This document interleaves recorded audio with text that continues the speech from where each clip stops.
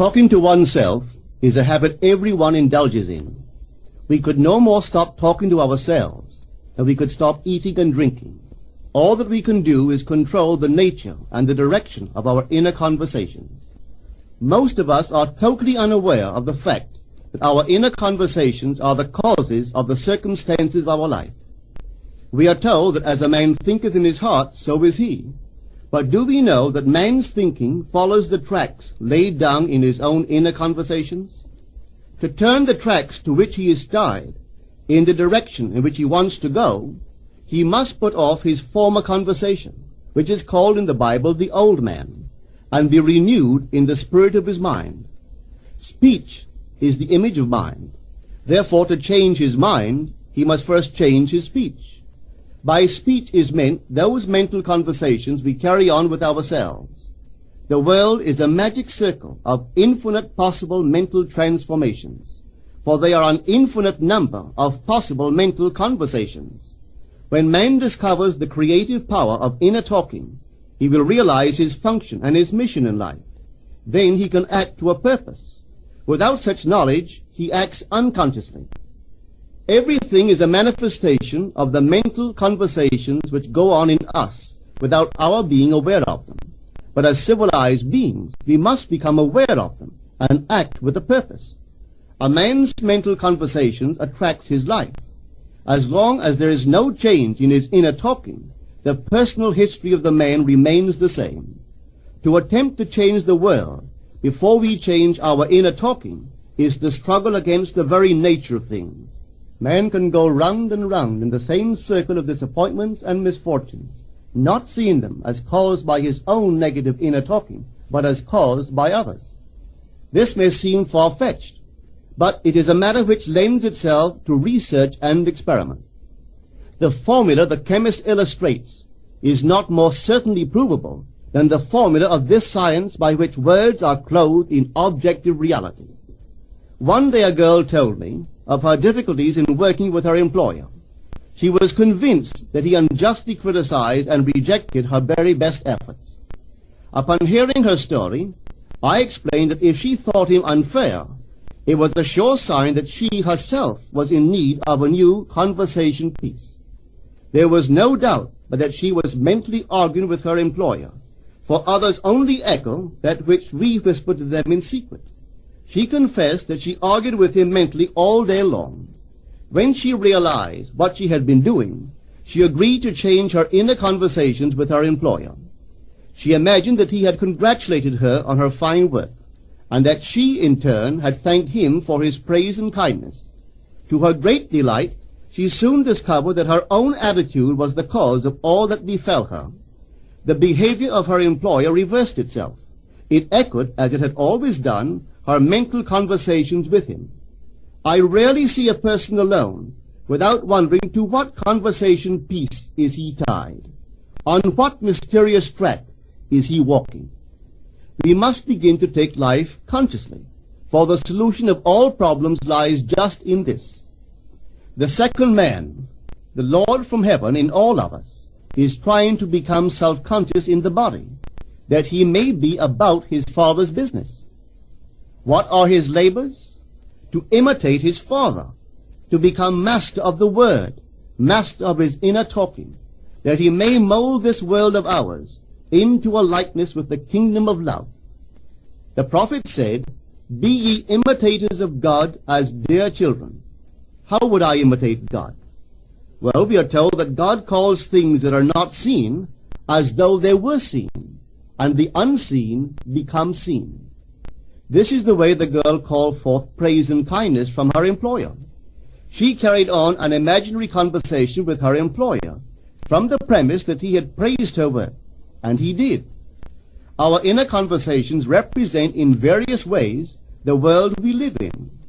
Our individual worlds are self-revelations of our own inner speech. We are told that every idle word that men shall speak, they shall give account thereof. For by their words they shall be justified, and by their words they shall be condemned. We abandon ourselves to negative inner talking, yet expect to retain command of life. Our present mental conversations do not recede into the past as man believes. They advance into the future to confront us as wasted or invested words. My word, said the prophet, shall not return unto me void, but it shall accomplish that which I please, and it shall prosper in all the things whereto I sent it. How would I send my word to help a friend? I would imagine that I am hearing his voice, that he is physically present, that my hand is on him. I would then congratulate him on his good fortune, tell him that I have never seen him look better. I would listen as though I heard him. I would imagine that he is telling me he has never felt better, he has never been happier. And I would know that in this loving, knowing communion with another, a communion populous with loving thoughts and feelings, that my word was sent, and it shall not return unto me void, but it shall prosper in the thing whereto I sent it. Now is the accepted time. Now is the day of salvation. It is only what is done now that counts, even though its effects may not be visible until tomorrow. We call not aloud, but by an inner effort of intense attention. To listen attentively, as though you heard, is to create. The events and relationships of life are your word made visible. Most of us rob others of their willingness and their ability to be kind and generous by our fixed attitudes towards them. Our attitudes unfold within us in the form of mental conversations. Inner talking from premises of fulfilled desire is the way to consciously create circumstances. Our inner conversations are perpetually outpictured all around us in happenings. Therefore, what we desire to see and hear without, we must see and hear within, for the whole manifested world goes to show us what use we have made of the word. If you practice this art of controlled inner speaking, you too will know what a thrill it is to be able to say, and now I have told you before it come to pass, that when it is come to pass, ye might believe. You will be able to consciously use your imagination to transform and channel the immense creative energies of your inner speech from the mental, emotional level to the physical level. And I do not know what limits, if any, there are to such a process. What is your aim? Does your inner talking match it? It must, you know. If you would realize your aim, or as the prophet asked, can two walk together except they be agreed? And of course the answer is no, they cannot. The two who must agree are your inner conversation and the state desired. That is, what you desire to see and hear without, you must see and hear within. Every stage of man's progress is made by the conscious exercise of his imagination, matching his inner speech to his fulfilled desire. As we control our inner talking, matching it to our fulfilled desires, we can lay aside all other processes.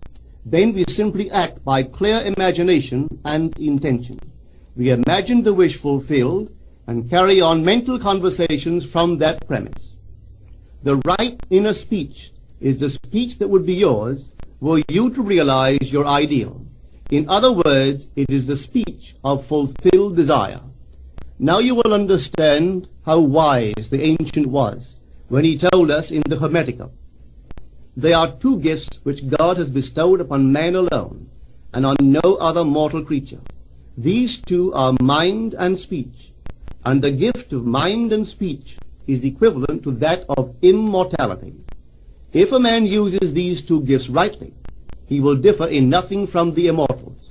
And when he quits his body, mind and speech will be his guides, and by them he will be brought into the troop of the gods and the souls that have attained to bliss. With the gift of mind and speech, you create the conditions and circumstances of life. In the beginning was the Word, and the Word was with God, and the Word was God. The Word, said Hermes, is Son, and mind is Father of the Word. They are not separate one from the other, for life is the union of word and mind. You and your inner talking or word are one. If your mind is one with your inner conversation, then to be transformed in mind is to be transformed in conversation. It was a flash of the deepest insight that taught Paul to write, "Put off the former conversation, the old man, which is corrupt, and be renewed in the spirit of your mind. Put on the new man." Put on the new man and be renewed in the spirit of your mind is to change your inner conversation, for speech and mind are one. A change of speech is a change of mind. The prophet Samuel said, "The Lord spake by me, and his word was in my tongue." If the Lord's word was in the prophet's tongue, then the Lord's mouth that uttered the word must be the prophet's mind. For inner conversations originate in the mind and produce little tiny speech movements in the tongue. The prophet is telling us that the mouth of God is the mind of man, that our inner conversations are the word of God, creating life about us as we create it within ourselves. In the Bible you are told that the word is very near to you, in your mouth and in your heart, that you may do it. See, I have set before you this day life and good, death and evil, blessings and cursings. Choose life. The conditions and circumstances of life are not created by some power external to yourself.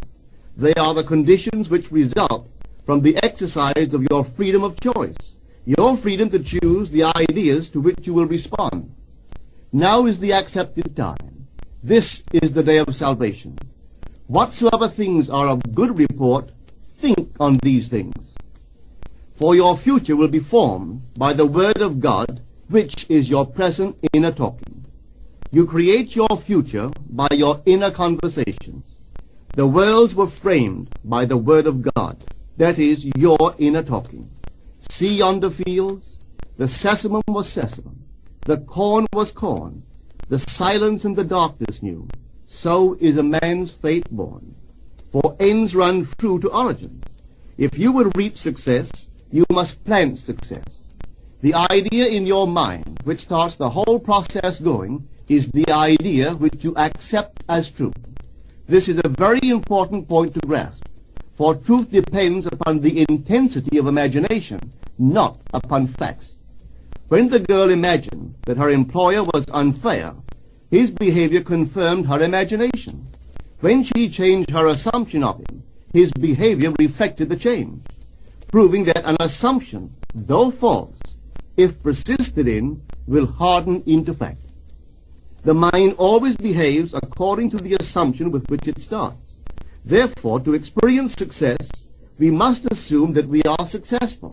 We must live wholly on the level of the imagination itself, and it must be consciously and deliberately undertaken. It does not matter if, at the present moment, external facts deny the truth of your assumption. If you persist in your assumption, it will become a fact. Signs follow. They do not precede. To assume a new concept of yourself is to that extent to change your inner talking or word of God, and is therefore putting on the new man. Our inner talking, though unheard by others, is more productive of future conditions than all the audible promises and threats of men. Your ideal is waiting to be incarnated, but unless you yourself offer it human parentage, it is incapable of birth. You must define the person you wish to be, and then assume the feeling of your wish fulfilled, in faith that that assumption will find expression through you. The true test of religion is in its use, but men have made it a thing to defend. It is to you that the words are spoken. Blessed is she that believed, for there shall be an accomplishment of those things which are spoken unto her from the Lord. Test it, try it. Conceive yourself to be one that you want to be, and remain faithful to that conception. For life here is only a training ground for image making. Try it and see if life will not shape itself on the model of your imagination. Everything in the world bears witness of the use or misuse of man's inner talking. Negative inner talking, particularly evil and envious inner talking, are the breeding ground of the future battlefields and penitentiaries of the world. Through habit, man has developed a secret affection for these negative inner conversations. Through them he justifies failure, criticizes his neighbors, gloats over the distress of others, and in general pours out his venom on all. Such misuse of the word perpetuates the violence of the world.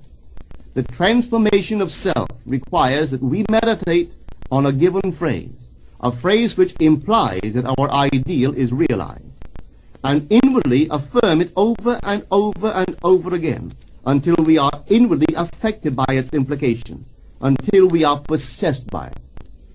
Hold fast to your noble inner convictions or conversations. Nothing can take them from you but yourself. Nothing can stop them from becoming objective facts. All things are generated out of your imagination by the Word of God, which is your own inner conversation. And every imagination reaps its own words which it has inwardly spoken. The great secret of success is a controlled inner conversation from premises of fulfilled desire. The only price you pay for success is the giving up of your former conversation, which belongs to the old man, the unsuccessful man. The time is ripe for many of us to take conscious charge in creating heaven on earth. To consciously and voluntarily use our imagination to inwardly hear and say only that which is in harmony with our ideal is actively bringing heaven to earth. Every time we exercise our imagination lovingly on behalf of another, we are literally mediating God to that one. Always use your imagination masterfully, as a participant, not an onlooker. In using your imagination to transform energy from the mental, emotional level to the physical level, extend your senses. Look and imagine that you are seeing what you want to see, that you are hearing what you want to hear, and touching what you want to touch. Become intensely aware of doing so. Give your imaginary state all the tones and feeling of reality. Keep on doing so until you arouse within yourself the mood of accomplishment and the feeling of relief. This is the active, voluntary use of the imagination, as distinguished from the passive, involuntary acceptance of appearances. It is by this active, voluntary use of the imagination that the second man, the Lord from heaven, is awakened in man. Men call imagination a plaything, the dream faculty, but actually it is the very gateway of reality. Imagination is the way to the state desired. It is the truth of the state desired, and the life of that state desired. Could you realize this fully, then would you know that what you do in your imagination is the only important thing. Within the circle of our imagination, the whole drama of life is being enacted over and over again. Through the bold and active use of the imagination, we can stretch out our hand and touch a friend 10,000 miles away and bring health and wealth to the parched lips of his being. It is the way to everything in the world. How else could we function beyond our fleshly limitations? But imagination demands of us a fuller living of our dreams in the present. Through the portals of the present, the whole of time must pass. Imagine elsewhere as here, and then as now. Try it and see. You can always tell if you have succeeded in making the future dream a present fact by observing your inner talking. If you are inwardly saying what you would audibly say, were you physically present and physically moving about in that place, then you have succeeded. And you could prophesy from these inner conversations and from the moods which they awaken within you what your future will be. For one power alone makes a prophet, imagination, the divine vision. All that we meet is our word made visible, and what we do not now comprehend is related by affinity to the unrecognized forces of our own inner conversations and the moods which they arouse within us. If we do not like what is happening to us, it is a sure sign that we are in need of a change of mental diet. For man, we are told, lives not by bread alone, but by every word that proceeds from the mouth of God. And having discovered the mouth of God to be the mind of man, a mind which lives on words or inner talking, we should feed into our minds only loving, noble thoughts. For with words or inner talking, we build our world. Let love's lordly hand raise your hunger and thirst to all that is noble and of good report, and let your minds starve